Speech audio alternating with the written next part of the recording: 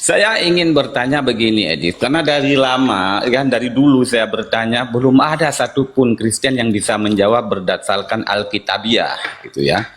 Yang mereka jawab itu semua berdasarkan congoria, gitu. Hanya congornya aja yang itu kan yang dikedepankan, bukan daliliyah, gitu. Begini, Edith. Saya bukan sombong ya, udah khatam 20 kali Alkitab, bukan sombong, gitu ya.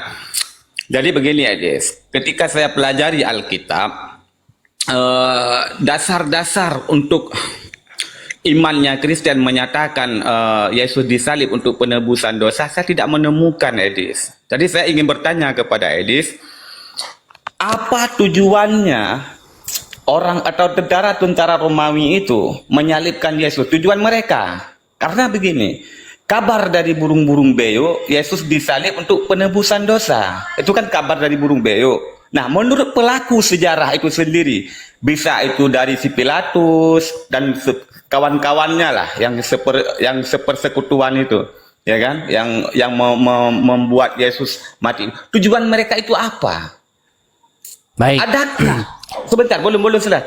Adakah orang-orang yang terlibat dalam kasus pembunuhan Yesus itu mengait-ngaitkan teror mereka terhadap Yesus itu dengan kasus penebusan dosa, dengan konsep penebusan? Ada enggak? Itu pertanyaan saya.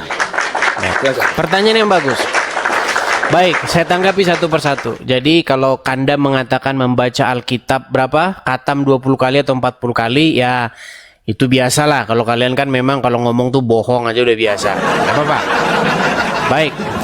Yang itu saya jawab saja, itu dustamu. Gini. Pertanyaanmu mengatakan begini, ketika saya membaca Alkitab, saya tidak menemukan di situ bahwa tujuan mereka menyalib Yesus itu untuk menebus dosa.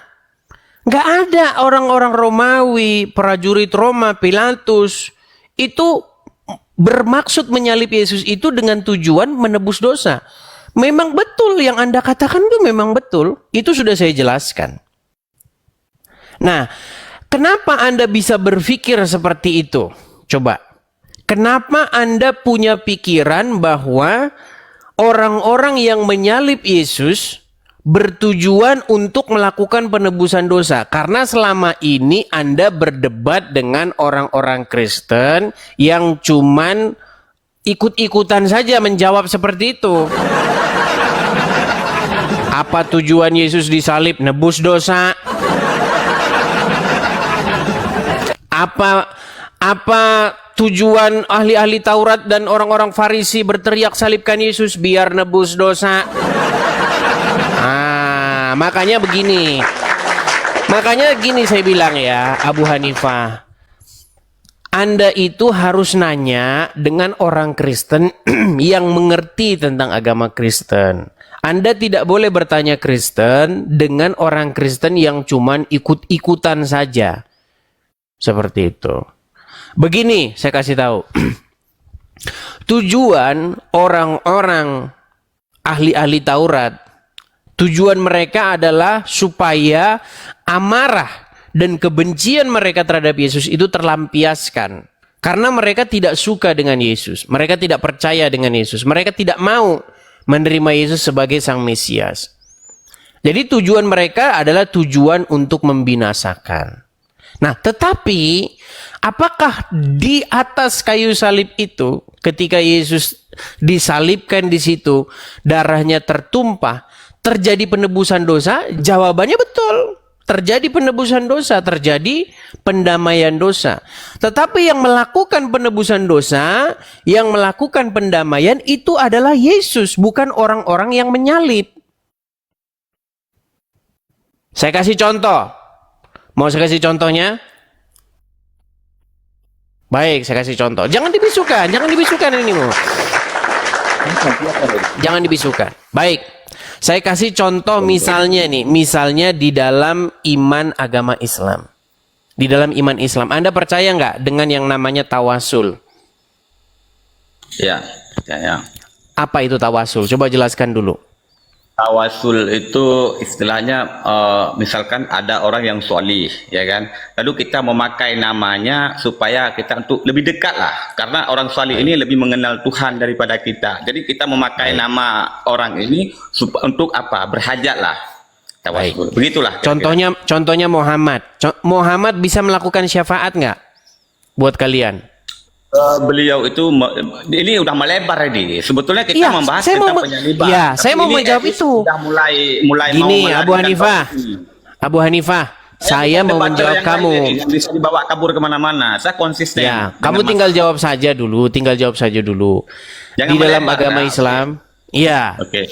Habis ini saya ke penebusan. Makanya kamu itu tenang aja, kamu ikutin aja pola saya itu. Kamu tenang aja. Saya nggak bisa, Edis. Mau Di dalam- mau dijebak, Mak Edis itu saya bukan orang yang bisa dijebak. Saya debater dari 2010, ya. Saya bukan Oke. pemain baru. Di dalam agama Islam, benarkah dengan perantaraan Muhammad, benarkah melalui Muhammad, maka kalian itu bertawasul atau mendapatkan syafaat? Kalau melalui Muhammad saja tidak. Bertawasul itu tidak hanya dengan Nabi Muhammad, tapi kalau Enggak, saya nanya kepada Muhammad. Sebentar, saya luruskan dulu, Edi, supaya kamu apa pikiranmu melebar, apa wawasan. Enggak, biar enggak kemana-mana kita ini. Kita bahas Muhammad, jangan yang lain kita bahas. Menurut agama Islam, bentar, Edi. kalau kamu gini, kamu tadi kan sudah ngomong, biar saya jelaskan. Nanti giliran saya selesai menjelaskan, kamu gantian menanggapi, gitu loh. Kamu tinggal jawab saja yang saya omongin. Jikalau kamu yang bunuh dengan dosa. Saya kan jawab tadi mau luruskan. Ini makanya saya malas diskusi dengan kamu itu. Kamu itu belum waktunya ngomong. Nanti kamu waktunya ngomong tuh nanti. Silakan Edis ngomong. Silakan. Tadi Edis kamu kan ngomong. sudah ngomong panjang lebar. Kamu Oke, tadi kan silakan, sudah ngomong Edis. panjang lebar, saya dengar. Oke. Sekarang saya menanggapi. Kamu tinggal jawab saja apa yang saya tanya, gitu loh. Nah, sekarang saya tanya sama kamu. Benarkah dengan perantaraan Muhammad, benarkah dengan melalui tawasul melalui Muhammad, syafaat dari dia, umat muslim itu mendapatkan sesuatu? Kalau ditanya melalui Nabi Muhammad tidak benar, karena bukan hanya Nabi Muhammad satu-satunya, gitu. Saya nggak Ya, bilang ya. satu-satunya. Saya nggak bilang satu-satunya. Ya, Bisa makanya nggak kalau umat dibilang muslim? Muhammad salah. Aduh, Salah. ya kau tidur di bawah sana lah. Ya, kau tidur di bawah sana. Kau nggak nyambung orangnya, ya tidur di bawah sana lagi, tidur di bawah sana. Saya tidak bilang hanya melalui Muhammad. Saya bilang benarkah melalui Muhammad bisa? Bukan itu. Susah. Ayo, silakan yang lain. Sebenarnya diskusinya itu bagus arah diskusinya, cuman kamu ngomong terus begitu. Lagian itu sudah saya jelaskan. Ada video, mampir ke profil saya ini, di sini ada link YouTube, kalian lihat aja di beranda saya, lihat di situ Yesus disalib bukan untuk nebus dosa, tonton itu, udah jelas di situ penjelasan saya ya. Kita kasih naik ada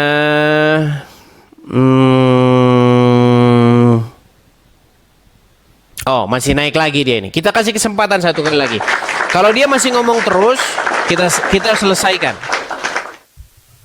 Ya, Silakan, santai Abu lah. Hanifah. Makanya Abu inilah, Hanifah. aku nggak pernah selesai gitu, Mak Edi. Coba Gini loh. santai loh. Boleh Saya nggak? itu tidak. Kamu itu kalau saya ngomong coba kamu dengerin saya. Apa saya ngomong cuman hanya melalui Muhammad? Saya ngomong gitu nggak?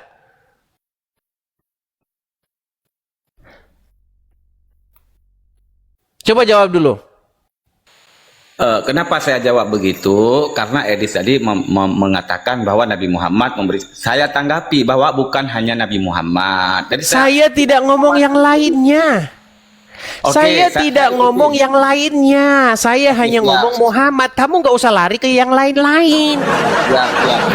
Saya ikutin arah. Mau kemana coba? Tadi masalah penyaliban sekarang sudah lari ke Nabi Muhammad. Mau lari kemana coba? Silahkan. Mau kemana arahnya coba? Baik.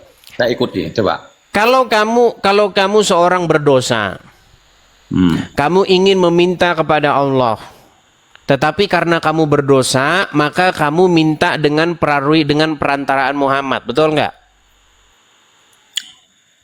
Tidak juga seperti itu. Oh, berarti Jadi, Muhammad tidak bisa memberikan syafaat. Jadi hadis ini arahnya harus bisa apa? Pertanyaan ini agak keliru gitu, agak ambigu. Oke, terus Makanya- coba kamu jelaskan dulu, apakah Muhammad bisa memberi syafaat? Nah, itu baru mantap.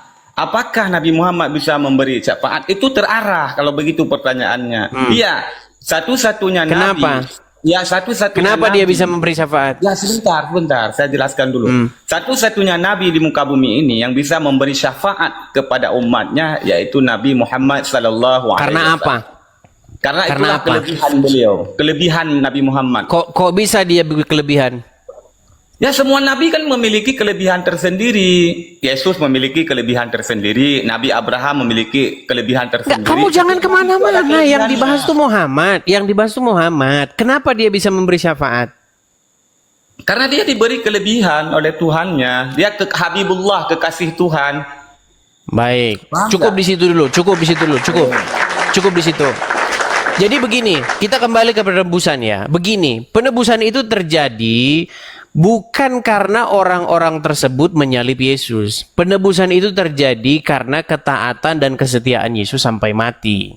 Jadi ketika Yesus mati di kayu salib, disalibkan, dia tidak melakukan yang namanya dosa.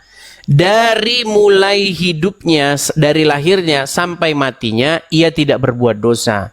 Jadi kematiannya itu adalah kematian sebagai orang benar. Darahnya itu ditumpahkan, tertumpah, bukan karena dia melakukan kesalahan. Kalau pakai bahasa kalian itu namanya, di dalam tempat kami itu namanya martir. Kalau bahasa kalian itu bahasanya syahid. Orang syahid itu artinya mati di jalan kebenaran. Ngerti? Nah, oleh karena kebenarannya itulah, oleh karena darahnya tertumpah karena benar,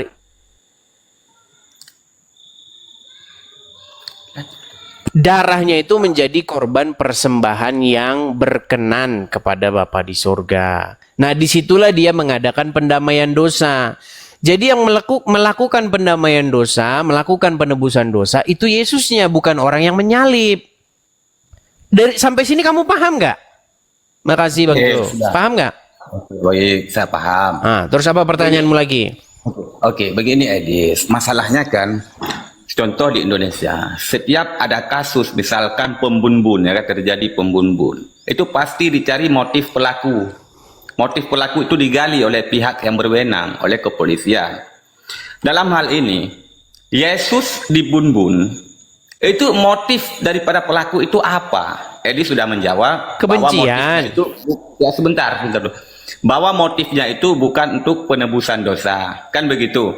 Nah, kalau motifnya Yesus bukan untuk penebusan dosa, dari manakah burung beo ini kowar-kowar Yesus mati untuk nebus dosa? Itu masalahnya. Karena motif daripada si pelaku ini bukan ke arahnya ke situ.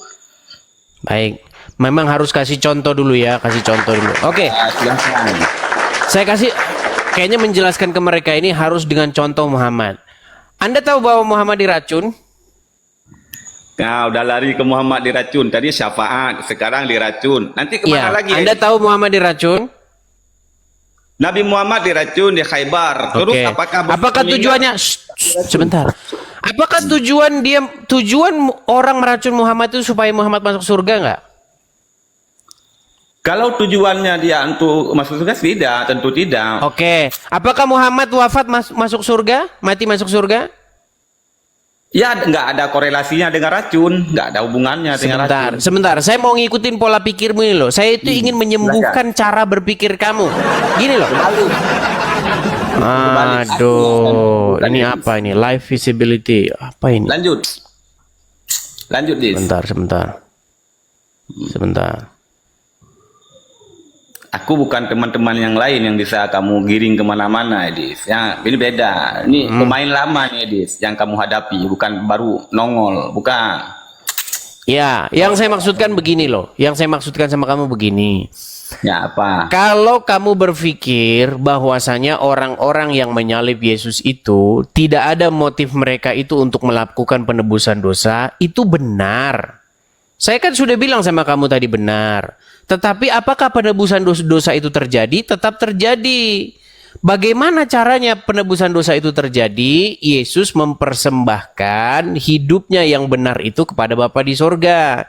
Hidupnya yang benar dan berkenan kepada Bapa di sorga itu, yang setia sampai mati, sampai darahnya tertumpah itu diperhitungkan oleh Bapa di sorga sebagai kebenaran.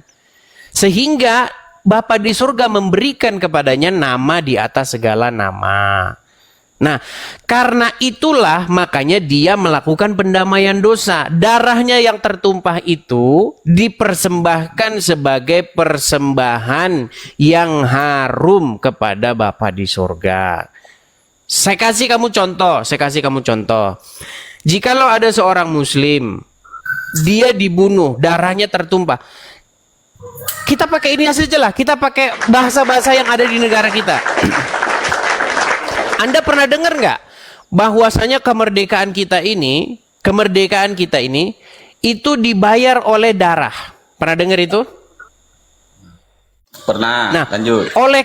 oleh karena darah para pahlawan yang tertumpah itu, kita mendapatkan apa? Kita mendapatkan kemerdekaan. Betul? Jadi mereka berkorban. Nggak ada korelasinya. Ya, karena kamu nggak nangkep. Nah, sekarang saya tanya sama kamu. Oke, sekarang begini. Nggak nyambung. Orang yang meracun Muhammad tujuannya buat apa? Yesus sudah mengatakan setiap rasul itu dimusuhi di kampung halamannya. Artinya Iya, apa? pertanyaan saya sama kamu gini loh. Orang yang meracun Muhammad tujuannya buat apa? Ya, untuk membinasakan beliau karena itu musuhnya. Untuk membinasakan. Ya kan? Oke. Muhammad mati nggak Betul. akibat racun tersebut? Tidak. Nah, ya kamu tidur di bawah sana lah. Kamu nggak nyambung kamu diskusinya. Nah, ya kau tidur di bawah sana. Heran saya dengan kalian ya.